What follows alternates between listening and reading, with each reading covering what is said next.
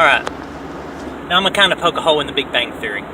Okay, so they say that everything in the universe was in a space like this big, alright? Infinitesimally small, okay?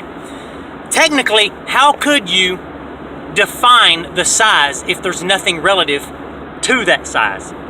Therefore, it could be this big, but in comparison, it could be gigantic when you consider open space. Now, of course, open space couldn't have existed, okay?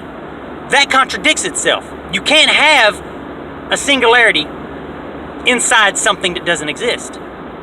You have to have existence before you can have a singularity, okay?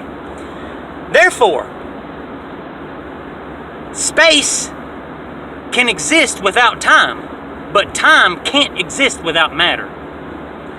That means basically open empty space could literally have existed forever. And we cannot time that because time is irrelevant to it, because there's nothing to measure. Once you insert some matter inside it, then you can measure it. If the universe is expanding, that would indicate that there's an edge or an outside of it. If you have an outside of the universe, there's nothing that can exist outside that, technically, so that can't exist. So it contradicts itself. So if you have an outside of the universe, and the universe is everything that exists, how can you have an outside of a universe that doesn't exist? See what I mean?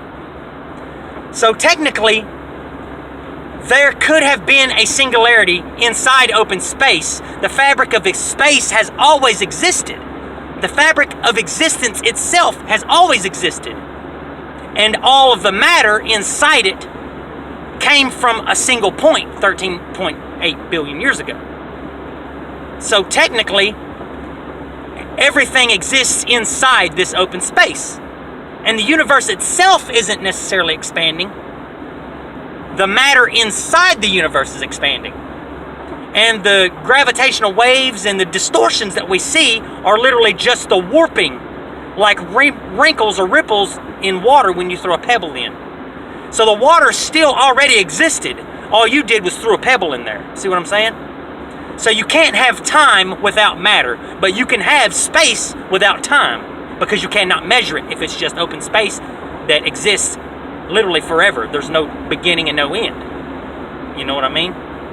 So technically the Big Bang Theory kind of contradicts itself, because you can't have a Big Bang or a singularity inside something that doesn't exist unless the fabric of space existed first.